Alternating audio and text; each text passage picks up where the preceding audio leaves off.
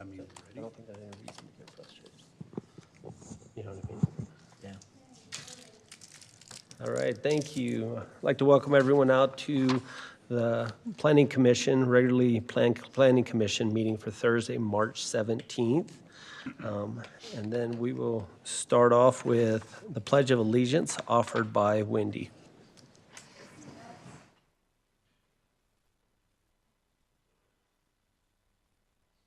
I pledge allegiance to the flag of the United States of America and to the republic for which it stands, one nation, under God, indivisible, with liberty and justice for all. Thank you so much, Wendy. We do have a full quorum on the Planning Commission today. Do we have any conflicts of interest with anyone on the Planning Commission and any of the items on the agenda?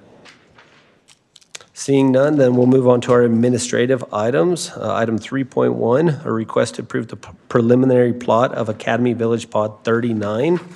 And we'll turn to city staff. All right, good evening. This is a simple request for an amended subdivision plat for Academy Village. This is down by the Real Center there, where we've seen some new proposals coming forward. So this is on the Pod 39 property. It's commercially zoned now. This is an overlay of the subdivision on the subject property. The Lee's Marketplace is just to the left or to the west of this location here. The subdivision, there is a current subdivision on this right now, and so this is an amended plat. So we're looking at engineering and zoning standards for the review here. This is the current plat now. As you can see, it's just it's a one lot with an easement going through the middle of it there. It was recorded in 2018, and then this is the updated plat here. So they're proposing to include 17 commercial plats and then vacating the existing plat. For this plat, all the internal streets on the subdivision are private. It creates some additional access easements. There was a connection to Diorite Court that was required, and you can see that that's already been paved as well. Because this is a commercial zone next to a residential zone to the east, there will be some additional buffering that will be required as development takes place there. One of the requirements, well, so in terms of compliance with the C2 zone, there is no minimum lot width or size for those lots. They need to comply with the South Hills MDA, which they do.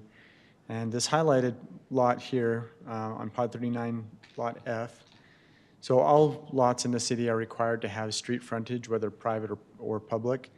So you can see that this Lot F is the one lot in the subdivision that does not have street access.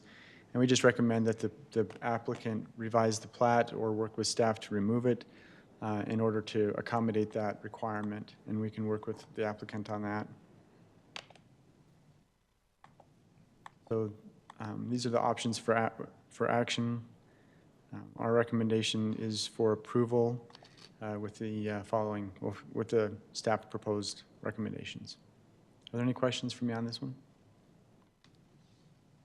All right, we'll ask the applicant to come up if you just want to state your name and share any additional information you may have. Hi, Alex Dahlstrom with Wasatch. As they mentioned, pretty straightforward. Like we did with Pod 35 on the Lee's pod, just the subdivision plat. There are a couple options with that lot that's in question, Lot F. We could either combine it with one of the adjacent parcels or create an easement or something. We're more than willing to work with staff on that issue. So I'm excited about this. It's the next step in getting some shovels in the ground on that pod. So we're excited about the opportunity. All right, thank you so much. Any questions for the applicant? yeah, I had a question. There was the easement on the original plat, right? Is that being maintained then, that easement? Under the road. Or is it all under the road, or does that easement need to be maintained? Is there already a utility in there as well? There was what was mentioned when I looked at the plat. If you go back to the The original plat just had The original plat, there was an easement through it. looks like the road is I following it believe now. that easement will remain. That was just So is that following the roadway then, I guess? Following the road. Okay, perfect. I just want to make sure that, yeah, there was not going to be encumbered. So, okay. Thank you. Any other questions? And then on pod F, would you do cross access easement or something? We could do that. I mean, we could either do a cross-access easement or combine it with G and just create a larger parcel. Couple options. G or E. either. Or E, yep. Yeah, either one. How is Lot O being accessed? There's no road access. So technically, the lot frontage would be on Mount View. Even though there's no easement. There's no easement or drive location there. Yeah, so there probably would need to be an access easement back to that lot. Yeah, because that's a no access line, I'm sure, along Mountain View. They can't have an access along it. Right, and we can work with staff on that question as well. Okay. Yeah. Any other questions for the applicant? Being none, I'll let you have a seat. Thanks. Then we'll turn to the planning commission for additional discussion or a motion to be made.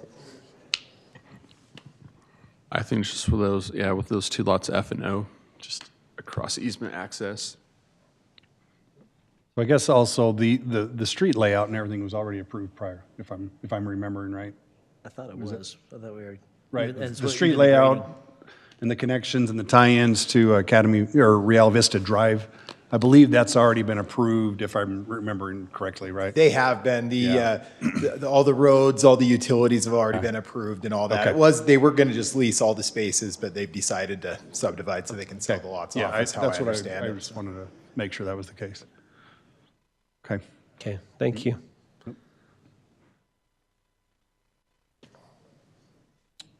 I'll go ahead, any other comments? I'll go ahead and make a motion that we approve item 3.1 with staff's recommendation, specifically to provide, but then also an amendment to include Lot O, that there needs to be some type of resolution with either a cross-access easement or a combination with an adjacent parcel that does have access.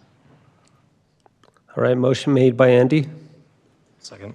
second by Forrest, and we'll call for a vote. Brody? Yes. Andy? Yes. Forrest? Yes. Jackson? Yes. Andrea? Yes. And Adam? Yes. All right, thank you so much. Now we'll go on to item 4.1, which is a legislative item for a recommendation to the city council. Consideration to amend 10-16 of the city ordinance to allow internal accessory dwelling units as a permitted use in the R2 zones.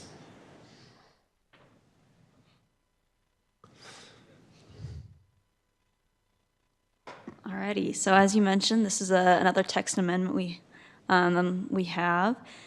You might remember back in October, we made some changes to accessory structure, accessory apartments in our city. The state made some changes, and so the city made changes to be consistent with that as well. Accessory apartments used to be allowed only in the agricultural zones, and they were conditional use. Currently, they are permitted in all agricultural zones and the R1 zones. The applicant is wanting to amend that to allow the IADUs in the R210 zone, and we as staff felt it'd be beneficial to allow that in the R215 zone as well. Just kind of some reminders about regulations for IADUs is that they're only allowed on single-family dwellings. They can only be on lots that are 6,000 square feet or greater. So although there are townhomes and smaller lots in the R2 zones, there are already regulations in place that would not, that would prevent that from happening. So just some kind of rough numbers. There's about 4,500 homes in the R2 zones, and there are about 1,200 that meet this lot size, that's 6,000 square feet. So that's not even counting if they have enough room for a parking space or the other requirements, but just to kind of see what we would be adding the possibilities. One question with that, and just Yeah. because it was on that screen. So if it has a single garage and then the driveway accommodates for one parking spot, would that meet the requirement of one extra off-street parking spot? So a single-family home has to have 4 parking spots, Oh, no. 2 in Okay. the garage and 2 in the driveway, so it need to be an extra spot. It does say that in our ordinance, that it has to have 4? Yeah. Thank you. Yeah, no problem. So these are the proposed changes, just to change that to a permitted use in the R210 and R215 zones. As I was looking through our general plan, it talks a little bit about having more housing choices, having the ability for a family to grow in a home and in a neighborhood. So we feel that this would be consistent with those goals and those standards. So staff recommends that the Planning Commission give a forward a positive recommendation to the City Council to make these amendments. And I believe the applicant is here. Jason's here if you want to ask him questions as well. Great, thank you. Any questions for staff? All right, thank you. If the applicant's here, if you want to just come up and state your name. And then just any additional information, if any. Yeah. Hi, my name is Jason Brown, fairly new to Herriman. I just want to share that, kind of as what was already shared, I think there's great ADU requirements and things like that in place. And this is just a request to extend it to more zones. I think it'll help homeowners and renters alike. So thanks for your consideration. All right, thank you, Jason. We'll look at the Planning Commission for further discussion or a motion to be made. It makes sense to me, so. I don't think I've ever heard you be so quiet, Adam. I told you I'd be better. He's educated now, so. Yeah, I feel like we're just parking would be the biggest thing that I think would be an Sounds issue. like we're resolved by that. So.